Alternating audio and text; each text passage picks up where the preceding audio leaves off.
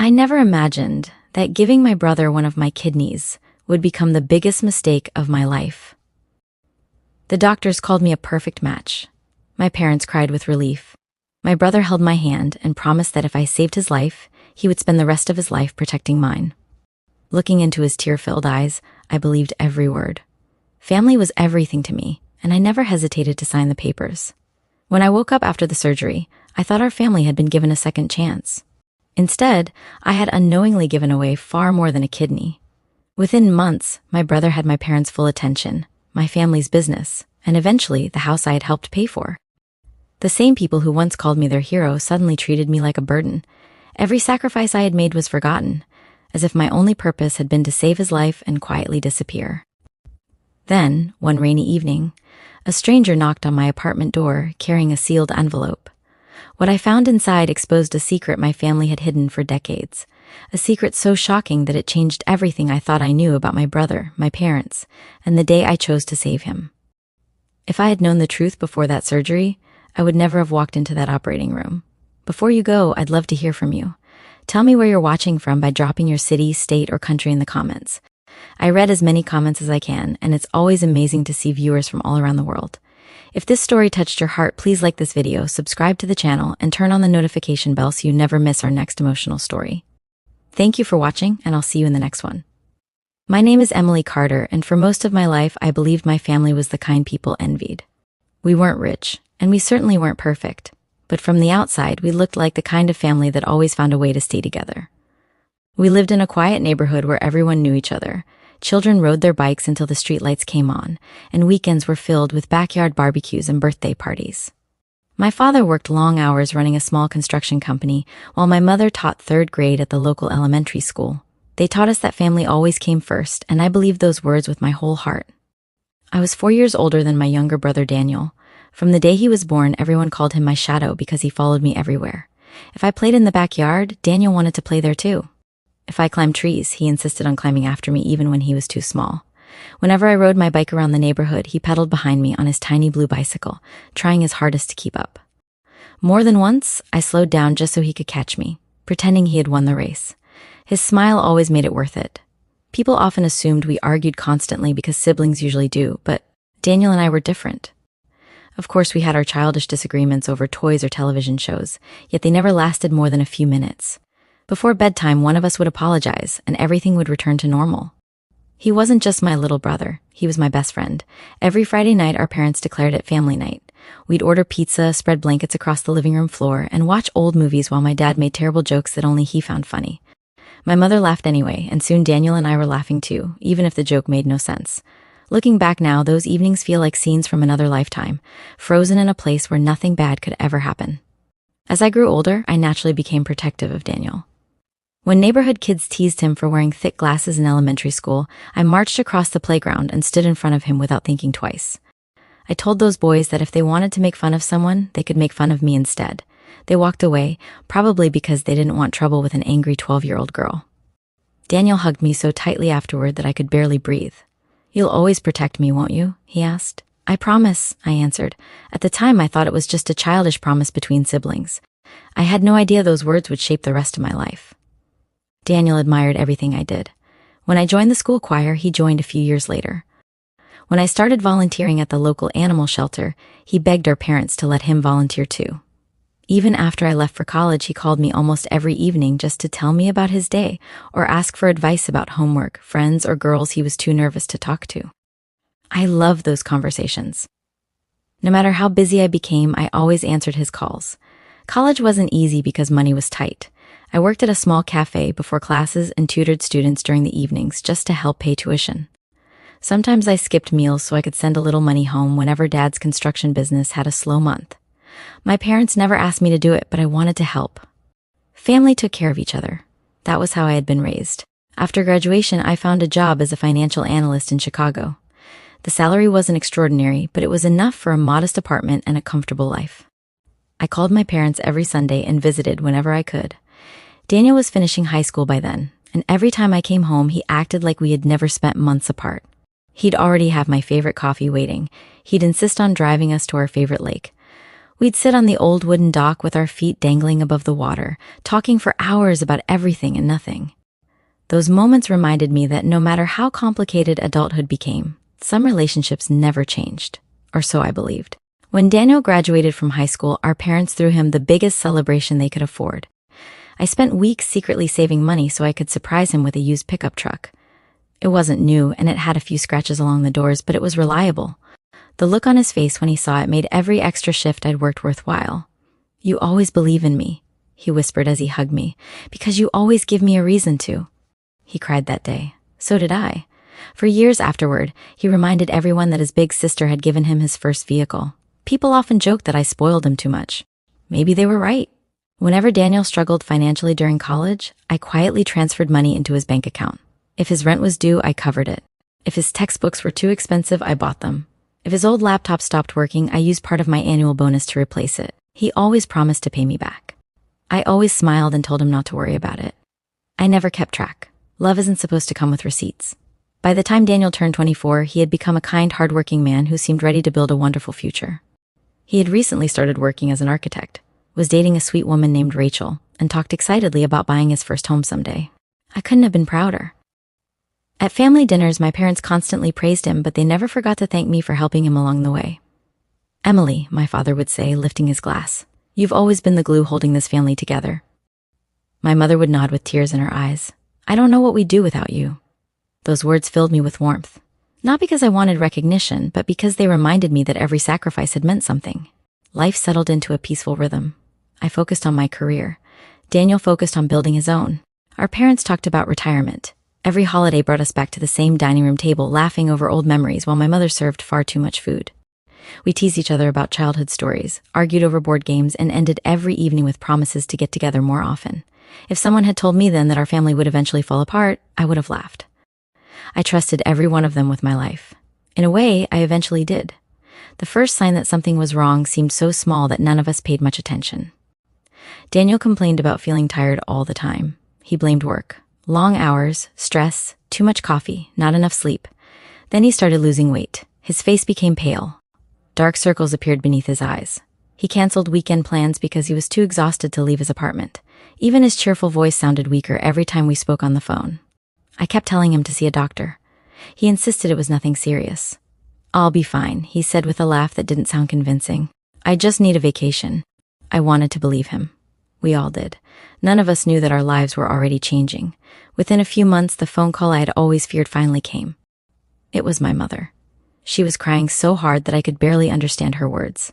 All I heard at first was Daniel's name, followed by the words that would forever divide my life into two parts before that call and everything that came after. The moment I understood what my mother was trying to say, I felt the floor disappear beneath me. "Emily," she sobbed, struggling to catch her breath. "Daniel's in the hospital. The doctors, they say it's serious." I grabbed my car keys without thinking. "I'm coming." The 4-hour drive to my hometown felt endless. My hands gripped the steering wheel so tightly my knuckles turned white. Every horrible possibility raced through my mind. Had he been in an accident? Was it his heart? Cancer? I kept praying I was imagining the worst. When I finally reached the hospital, I found my parents sitting outside the intensive care unit. My mother looked like she hadn't slept in days.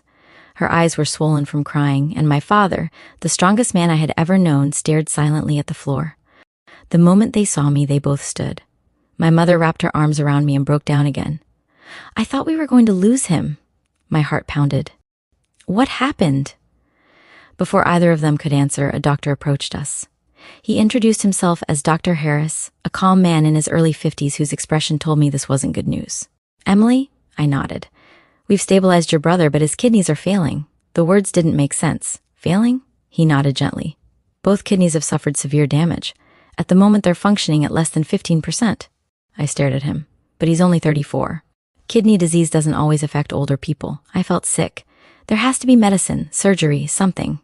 "We've started emergency dialysis. It can keep him alive for now, but dialysis isn't a permanent solution." The silence that followed seemed louder than anything I'd ever heard.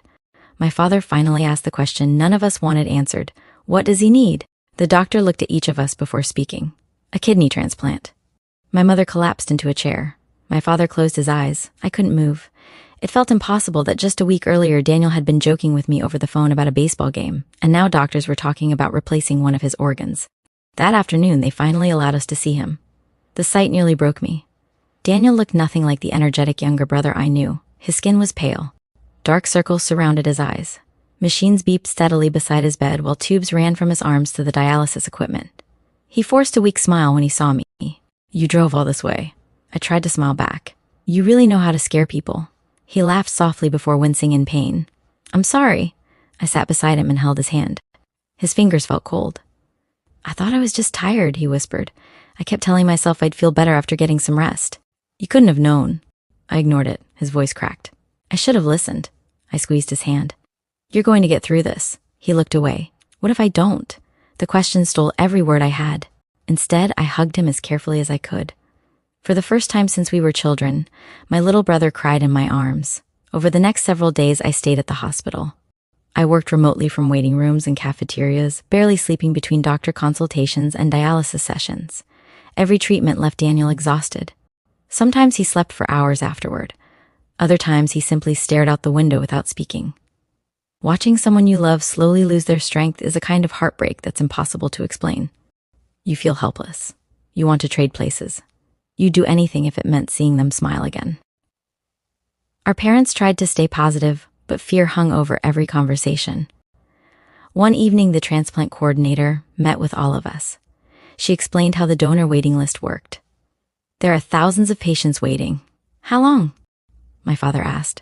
"It varies. Weeks, sometimes months," she hesitated. "In many cases, years." My mother covered her mouth. "But he doesn't have years." The coordinator nodded sadly. "That's why we also encourage living donors." She explained that a healthy person could donate one kidney and continue living a normal life. Family members often became the best candidates because close relatives were more likely to be compatible. Without anyone saying a word, we all looked at each other.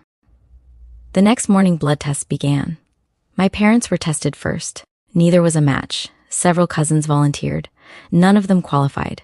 An uncle wanted to help, but his diabetes immediately ruled him out. Each failed result felt like another door closing. Daniel overheard one of the conversations. "I don't want any of you risking your lives." Dad tried to smile. "We're just getting tested." "No." Daniel shook his head. "I won't let anyone get hurt because of me." My mother started crying again. "Don't say that." "I'm serious. If something happened to one of you." He couldn't finish. That afternoon, I quietly walked to the transplant office. "I'd like to be tested." The nurse smiled gently. "We'll schedule everything." I didn't tell anyone. Not yet. Part of me believed I probably wouldn't match anyway. Over the next week, I underwent what felt like endless medical examinations. Blood work, CT scans, heart tests, psychological evaluations, physical exams. The transplant team wanted to make sure donating wouldn't place my own health at unreasonable risk. Every appointment made the possibility feel more real. One afternoon, Dr. Harris asked me an unexpected question. "Why do you want to donate?" The answer came without hesitation. "Because he's my brother." "What if surgery changes your life?" "It probably will." "You understand there are risks." "I do." "You could experience complications." "I know." He watched me carefully. "No one is pressuring you." I almost laughed. "No. This is completely your decision." "Yes." He smiled for the first time.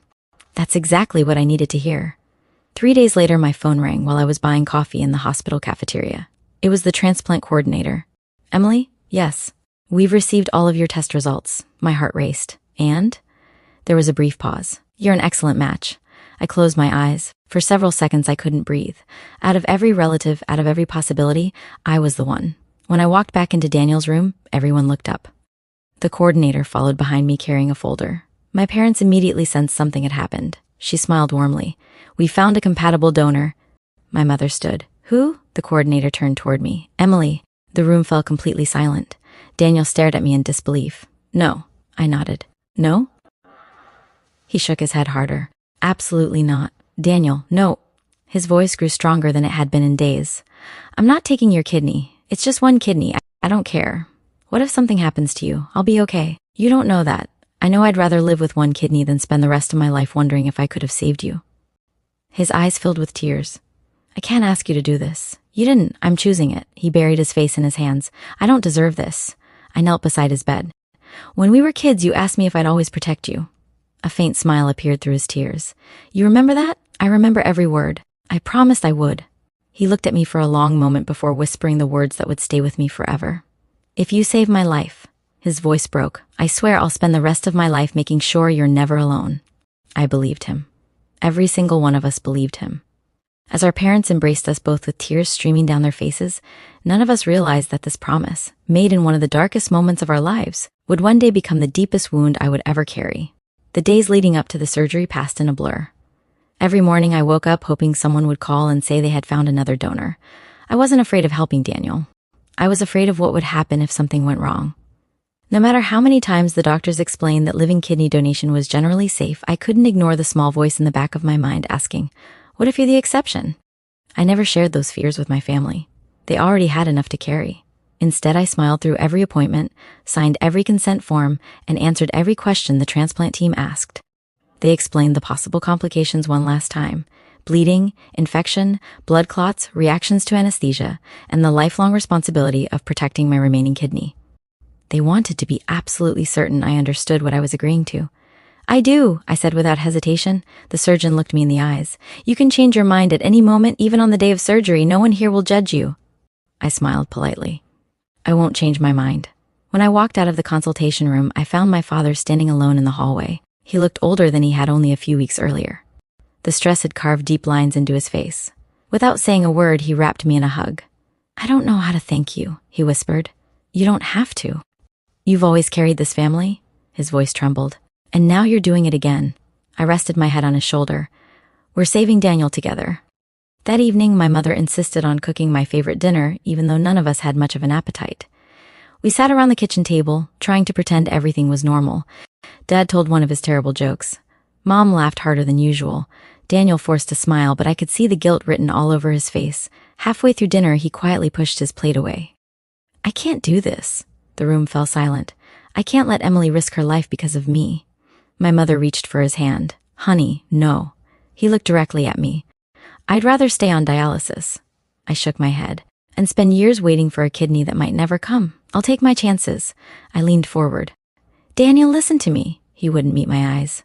"When we were kids, remember that frozen pond behind Grandpa's farm?" A faint smile crossed his face. "You fell through the ice. You pulled me out. You were 8 years old. You didn't stop to think about how dangerous it was. You just saved me." He looked confused. "You would have done the same for me." He wiped away a tear. "I never thought that moment would matter. It mattered to me." I reached across the table and took his hand.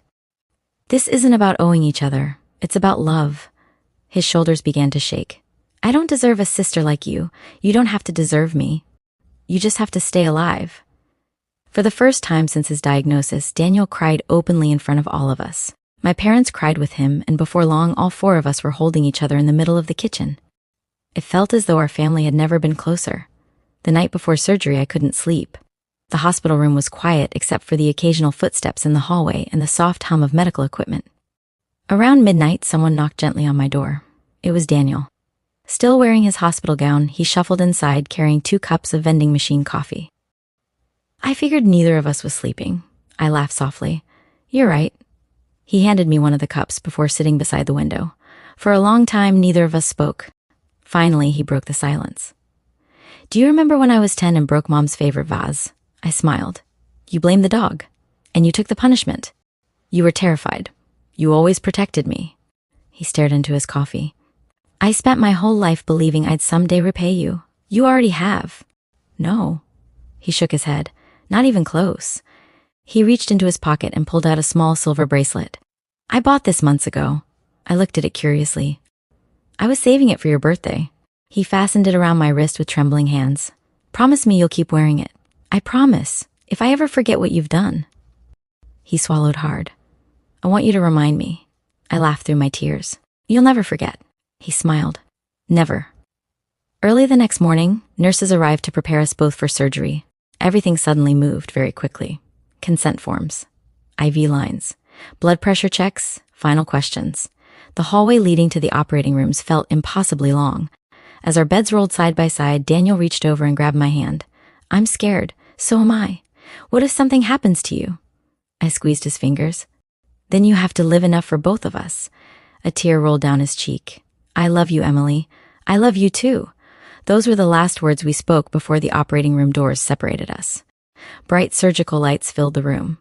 Doctors and nurses moved calmly around me, checking equipment and introducing themselves one final time. The anesthesiologist adjusted my fore and smiled reassuringly. Think about somewhere peaceful. I closed my eyes. I pictured the old wooden dock by the lake where Daniel and I had spent so many summer afternoons as children. I could almost hear the water gently touching the shore. The anesthesiologist nodded. Take a deep breath. Everything slowly faded into darkness. When I finally opened my eyes again, every part of my body hurt. My throat felt dry. My side burned with a deep ache that made it difficult to breathe. A nurse noticed I was awake. Welcome back, Emily. My first thought wasn't about the pain. It wasn't about the surgery. It wasn't even about myself. I forced out the only question that mattered. My brother? The nurse smiled warmly. The transplant was successful. Relief washed over me. In that moment, despite the pain, despite the fear, and despite everything I had sacrificed, I believed I had made the best decision of my life. I had no way of knowing that this operation had saved my brother's life, while quietly setting the stage for the greatest heartbreak I would ever experience. The first few days after surgery were harder than I had expected. Every movement sent a sharp ache through my side. Even sitting up in bed took more strength than I thought I had. The nurses kept reminding me to walk a little farther each day, explaining that movement would help my body heal. I smiled and nodded, even when every step felt like climbing a mountain. Still, none of that mattered whenever I thought about Daniel.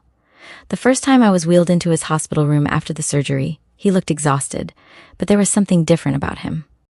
The gray color had already started leaving his face. His cheeks had a hint of life again, and for the first time in months, his eyes looked clear. The moment he saw me, tears filled his eyes. You did it, he whispered. We did it. He shook his head. No, Emily. His voice cracked. You saved me. I laughed softly, trying to lighten the moment. I thought doctors were supposed to get the credit. They couldn't have done anything without you. He reached for my hand, careful not to pull on either of our IV lines. I'll never forget this. You better not, I teased. He smiled. I mean it. So do I. For the first time since his diagnosis, hope filled the room instead of fear. Our parents stood quietly in the corner, holding each other. My mother cried again, but these were different tears. They were tears of relief. Dad walked over and kissed my forehead. I've never been prouder of anyone in my life. I smiled weakly. I just wanted my little brother back. You gave us all another chance. The following week brought small victories. Daniel's new kidney was functioning beautifully. His doctor smiled more often. The dialysis machine that had become part of his life was finally disconnected. Every improvement felt like a miracle. One afternoon, a nurse helped me walk past Daniel's room. He was standing beside his bed for the first time, taking slow, careful steps. When he saw me, he grinned. Look, I see. I'm walking. You look terrible. He laughed so hard that one of the nurses told him to be careful with his stitches. I missed your sarcasm. I'd say I missed yours too, but you never stopped talking. For a few minutes, we weren't transplant patients. We were just brother and sister again. As the days passed, visitors came constantly. Friends from church, neighbors, old classmates, even people I barely knew stopped by with flowers, cards, balloons, and homemade meals for our parents. Everyone kept calling me a hero. I never liked that word. Heroes wear capes. I had simply done what I believed any sister would do. Whenever someone thanked me, I always gave the same answer. I didn't lose anything. I gained more time with my brother. The local newspaper somehow heard about our story. A reporter asked if our family would be willing to share it. At first, I refused. I didn't want attention, but Daniel convinced me. If one person becomes an organ donor because of our story, he said, it'll be worth it. So we agreed. The article appeared the following Sunday under the headline, Local Woman Donates Kidney to Save Her Brother's Life. People I hadn't spoken to in years sent messages. Former teachers, college friends, co-workers. Many of them said the story had made them cry. Others said they had already registered to become organ donors. Knowing that something good had come from our experience filled me with quiet pride. After nearly 2 weeks, I was finally discharged. My parents insisted I recover at their house instead of returning to Chicago. You shouldn't be alone, Mom said. I didn't argue. Truthfully, I wanted to stay close to Daniel. Recovery became our daily routine. Every morning we took slow walks together around the neighborhood. At first, we barely made it to the end of the street, then around the block. Eventually, we reached the small park where we'd played as children. Neither of us could walk very fast, but neither of us cared. Every extra step felt like proof that life was moving forward again. One afternoon, we sat on a bench overlooking the pond. Daniel stared across the water for a long time before speaking. You know what the strangest part is? What? I spent months wondering if I'd ever have another normal day. And now. Now every normal day feels like a gift. I nodded. I know exactly what you mean. He looked at me with tears in his eyes. I've been thinking, that's dangerous. He laughed. I'm serious. I wasted so much time chasing promotions and bigger paychecks. So what now? I'm going to live differently. What does that mean? It means spending more time with family. He smiled. It means never missing birthdays, never canceling holidays, never forgetting the people who stood beside me. He placed his hand over mine. And it means taking care of you for the rest of my life. I squeezed his hand. You don't owe me anything. I know. I want to. Those words settled deep inside my heart. When I was finally strong enough to return to Chicago, Daniel surprised me. He showed up outside my apartment carrying groceries. You drove 4 hours for this? I figured you'd pretend you didn't need help. I know. He carried the bags upstairs anyway. Over the next several months, he called almost every evening. Sometimes we talked for 5 minutes, sometimes for an hour. He checked whether I was drinking enough water, whether I was keeping my follow-up appointments, whether I was taking care of myself. It made me smile every time. For the first time in years, I wasn't the one looking after him. He was looking after me. Christmas that year felt especially meaningful. Our entire family gathered around the dinner table. Dad raised a glass. This year reminded us how precious life is. Everyone nodded. He looked at me. Emily, thank you for giving this family another Christmas together. I felt embarrassed. I just did what anyone would do. No? Daniel interrupted. You did what very few people would have the courage to do. He stood and walked over to me. In front of everyone, he hugged me tightly. I love you. I love you too. If I spend the next 50 years trying to repay you. He smiled. It still won't be enough. Everyone applauded. My mother wiped away tears. For that brief moment, I believed our family was stronger than ever. I believed the worst was finally behind us. I couldn't see the small changes beginning to happen. The phone calls slowly became less frequent. Daniel grew busier at work. He canceled a few weekend visits. Then another. Whenever I asked if everything was okay, he smiled and blamed long hours at the office. I'll make it up to you. I believed him. Why wouldn't I? He was healthy again. He was rebuilding his life. That was exactly what I had wanted. But somewhere beneath the surface, something had started to change. At first, it was almost impossible to notice. Then the distance between us grew one quiet day at a time.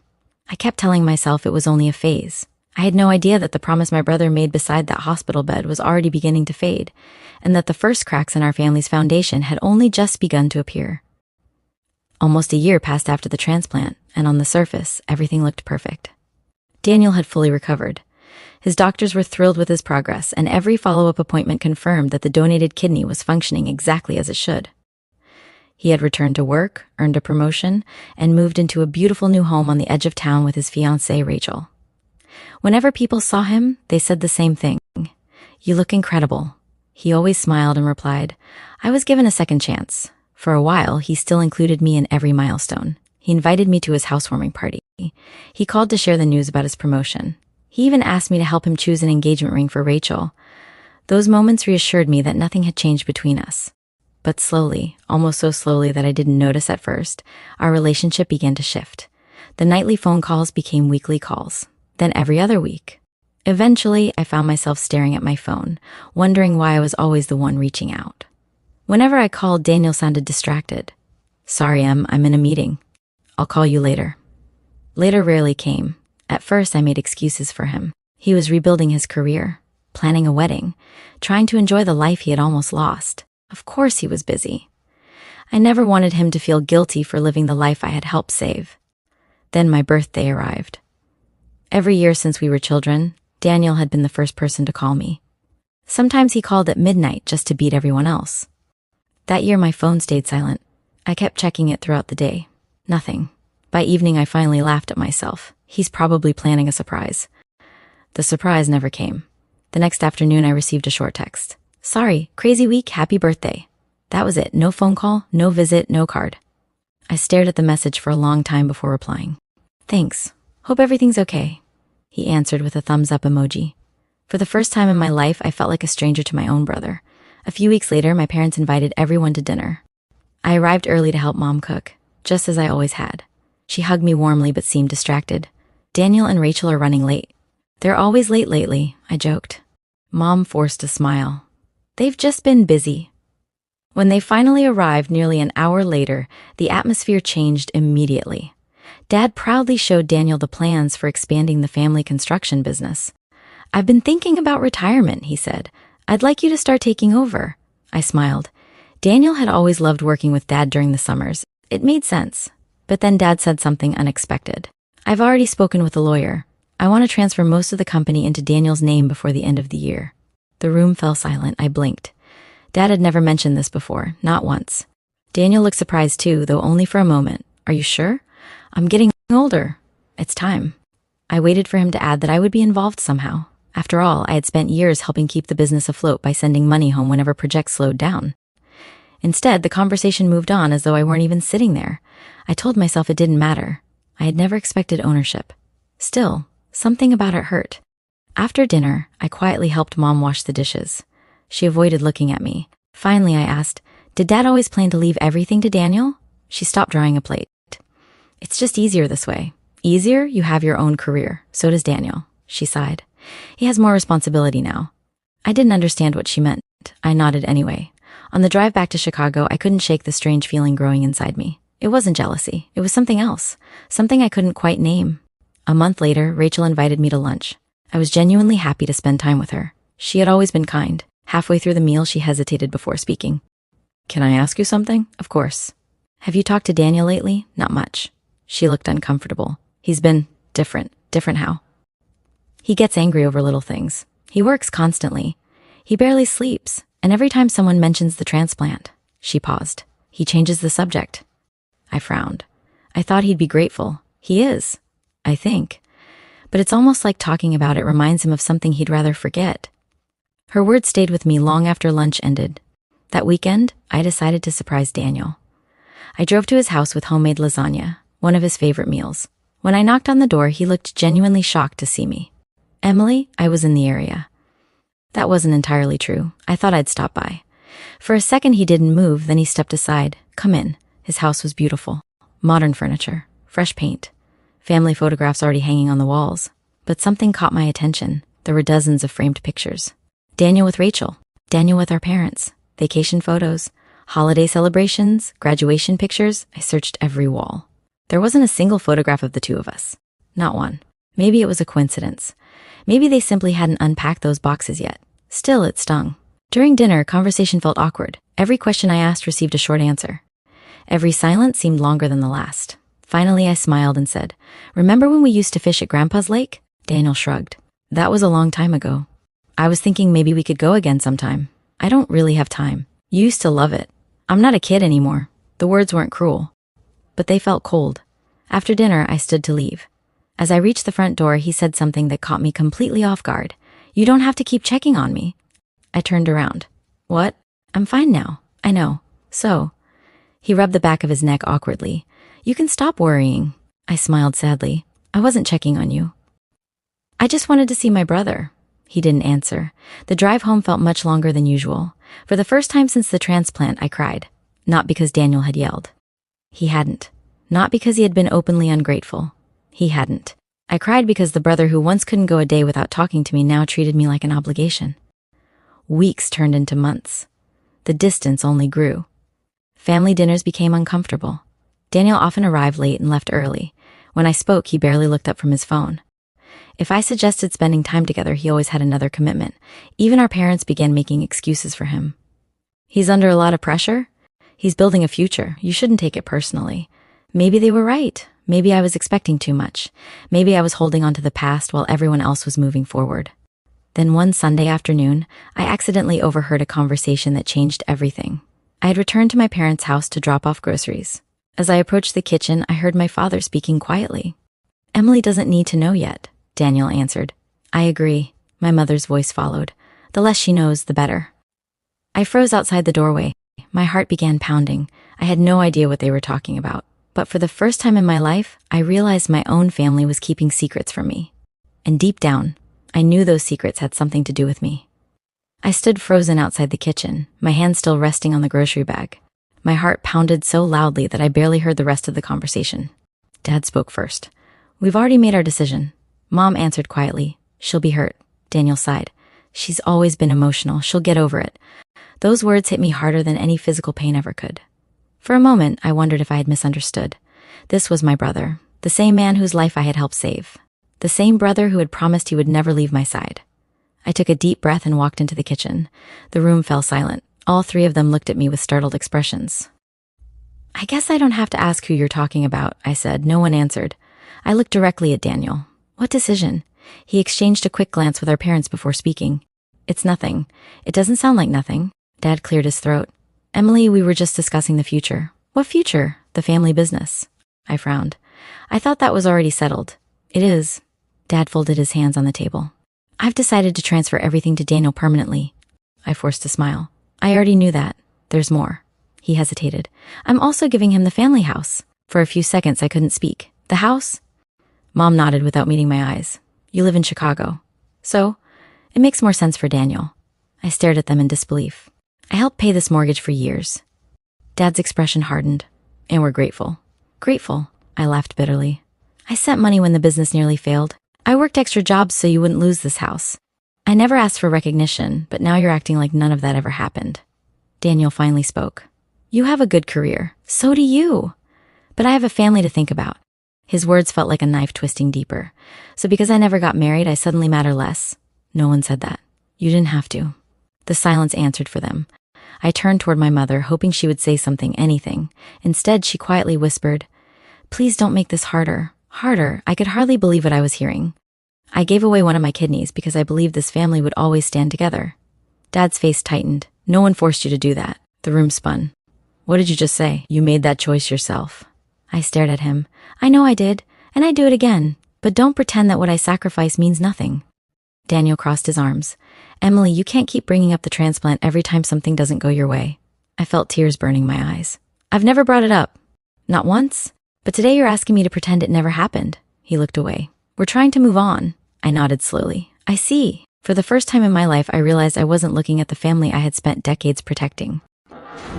I was looking at three strangers. Without another word, I picked up my purse and walked toward the front door. No one followed me. No one called my name. No one asked me to stay. As I reached my car, I finally allowed myself to cry. The surgery had left a scar on my body, but the betrayal I'd just experienced left one that would never heal. As I drove away from the only home I'd ever known, I had no idea that this wasn't the end of my family's deception. It was only the beginning. For weeks after that day, I kept telling myself my family would come to their senses. Surely my father would call and apologize. Surely my mother would explain that everything had been a misunderstanding. Surely Daniel would remember the promise he had made beside that hospital bed. But my phone never rang. Every time I reached out, I was met with short replies. Busy. Maybe next week. We'll talk later. Later never came. I threw myself into work, hoping the long hours would distract me from the emptiness I felt. My apartment had always been my safe place, but now it felt painfully quiet. Every evening I found myself staring at the silver bracelet Daniel had given me the night before the transplant. If I ever forget what you've done, remind me. Those words echoed in my mind. The cruel truth was that he had forgotten. A month later, another blow arrived. My company announced a major restructuring. Entire departments were being eliminated, and despite years of excellent performance, my position was one of those cut. When my manager called me into his office, he looked genuinely sorry. This isn't about your work, Emily. I know. We're eliminating the entire division. He handed me an envelope containing my severance package.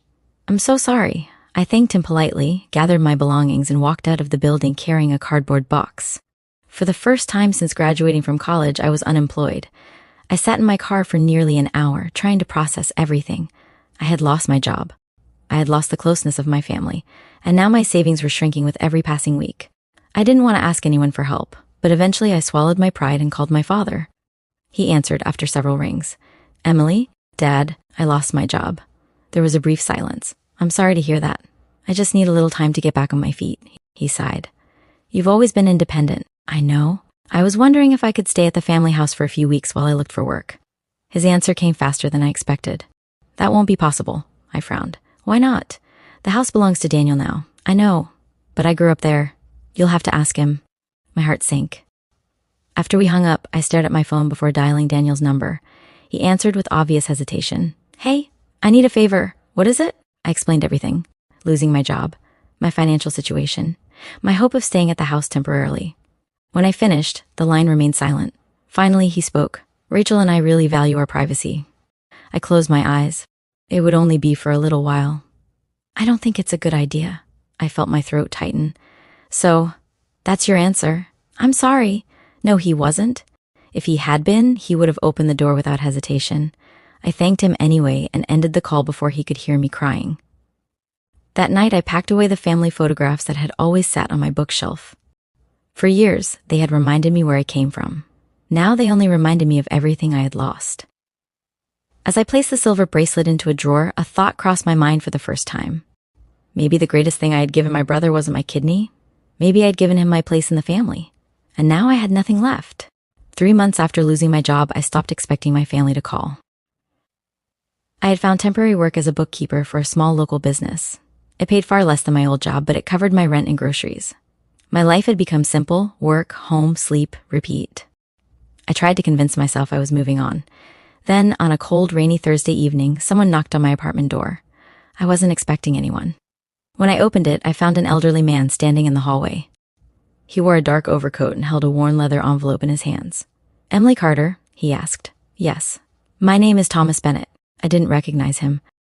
"I worked as your father's attorney for nearly 25 years. That caught my attention. "I'm retired now," he continued. "May I come in? There's something you deserve to know." His serious expression made my stomach tighten. I invited him inside. For several moments, he simply stared at the envelope in his hands. I struggled with whether I should do this. "What is it?" He looked up at me. I can no longer stay silent. He slid the envelope across the coffee table. "Everything you need is in there." My hands trembled as I opened it. Inside were copies of legal documents, old letters, and a handwritten note. The first document was my grandmother's will. As I read it, my eyes widened. According to her will, the family home had never been intended for only one child. It was supposed to be divided equally between Daniel and me. I turned another page. There was a signed amendment dated only 6 months after my kidney donation. The inheritance had been changed. My name was gone. Daniel had become the sole beneficiary. I looked at Mr. Bennett in disbelief. "How is this possible?" He lowered his head. "Your father requested the change, but Grandma was already gone." "Yes." "Then how?" He claimed she had instructed him to revise certain family arrangements before her passing. I stared at him. "That wasn't true, was it?" He slowly shook his head. "No." A chill ran through my body. "Why are you telling me this now?" His voice became heavy. "Because I recently discovered a letter your grandmother wrote shortly before she died." He handed it to me. The handwriting was unmistakably hers. "My dearest Emily, if you're reading this, something has gone terribly wrong. I want you to know that I always intended for you and Daniel to be treated equally. You have sacrificed more for this family than anyone will ever understand. Never let anyone convince you that your kindness makes you less deserving. Love always, Grandma." By the time I reached the end of the letter, tears blurred the words. Mr. Bennett waited quietly before speaking again. "There's something else." I looked up. "The day your father came to my office to change the paperwork." He hesitated. "I overheard a conversation." "What conversation?" "Your father told Daniel that after everything you'd already given him." His voice cracked. "There was no point in sharing the inheritance because you would never fight back." I couldn't breathe. "They planned this?" "I'm afraid so." "They knew I wouldn't argue." He nodded sadly. "They believed your love for your family would keep you silent." Every memory suddenly looked different. The cold phone calls, the awkward dinners, the excuses, the way they dismissed my sacrifices. It hadn't happened by accident. They had already decided my place in the family no longer mattered. I wiped away my tears. "Why didn't you tell me sooner?" I was bound by confidentiality. "What changed?" He reached into his pocket and placed one final document on the table. "My retirement." He smiled sadly. "And my conscience." I stared at the papers spread across the table. For months I had blamed myself. I had wondered if I expected too much, if I was being selfish. Now I finally knew the truth. I hadn't imagined the betrayal. It had been carefully planned. As Mr. Bennett stood to leave, he paused at the door. "Your grandmother loved you very much. I know. She'd want you to stand up for yourself." After he left, I remained on the couch for hours, reading every document again and again. Then my phone buzzed. It was a message from Daniel. "Mom's birthday dinner is Sunday. Hope you can make it." I looked at the legal papers one last time. A few months earlier, I would have gone without hesitation. This time, I smiled. For the first time since the transplant, I wasn't going to show up as the daughter who stayed quiet. I was going to arrive knowing the truth, and my family had no idea that every lie they had buried was about to come to light. I arrived at my parents' house exactly on time. From the outside, nothing had changed. The flower beds my mother loved were still blooming. My father's old pickup truck was parked in the driveway, and through the living room window I could see everyone laughing around the dining table. For a brief moment, I almost turned around. Then I remembered my grandmother's letter. I remembered the legal documents. Most of all, I remembered how easily they had erased me from their lives. I walked inside. The room fell quiet. My mother forced a smile. Emily, I'm so glad you came. So am I.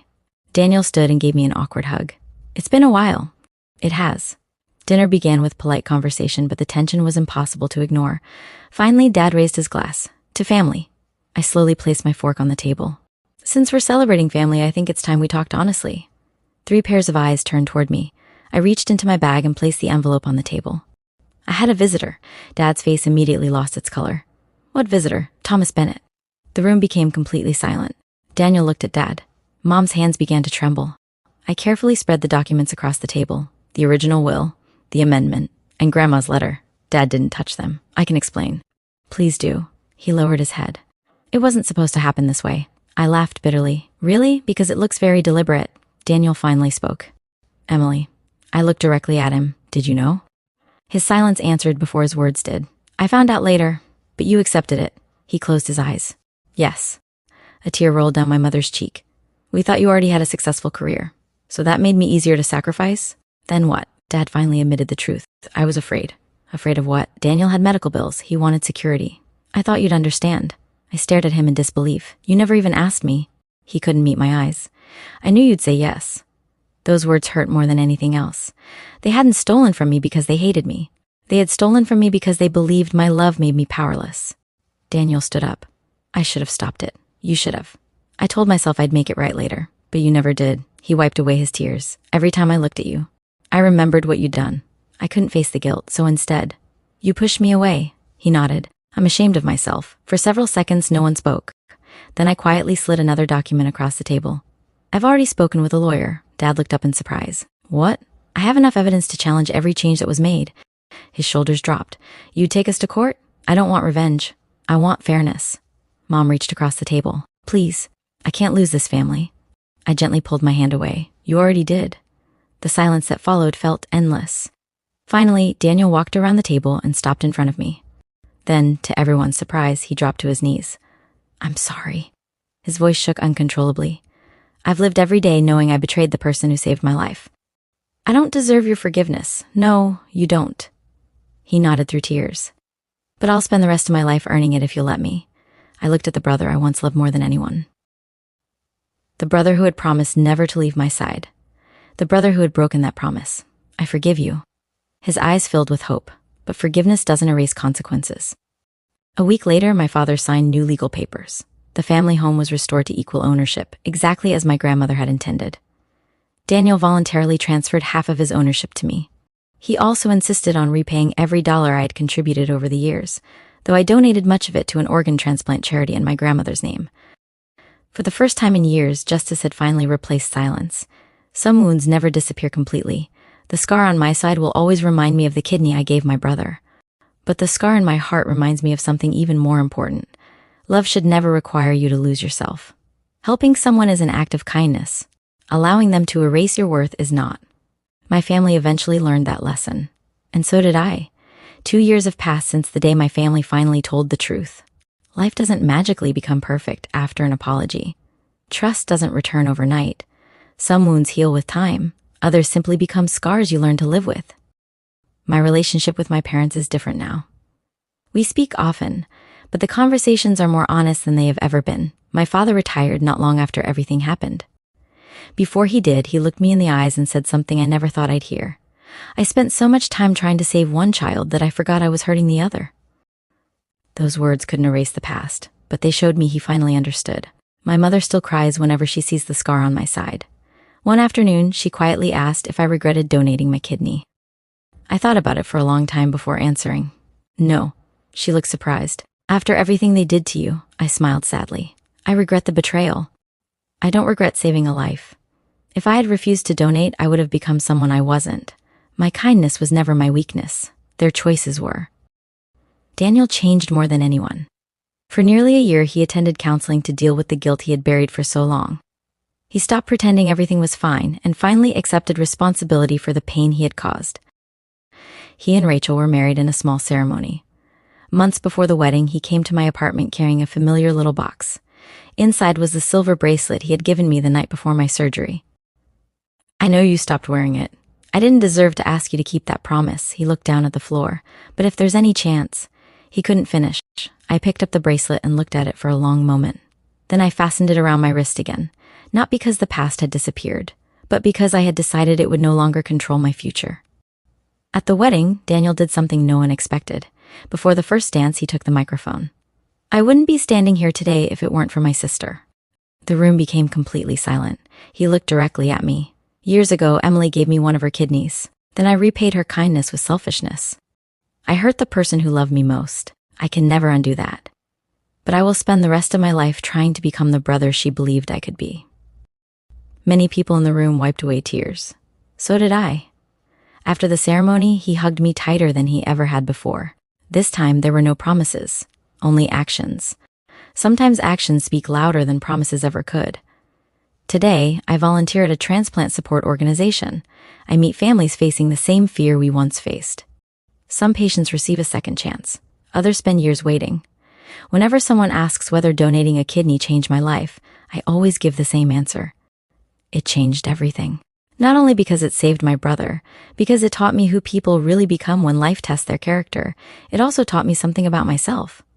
Kindness should never come with expectations, but kindness should never require you to accept disrespect either. You can forgive without forgetting. You can love someone while refusing to let them mistreat you. You can protect your peace without closing your heart.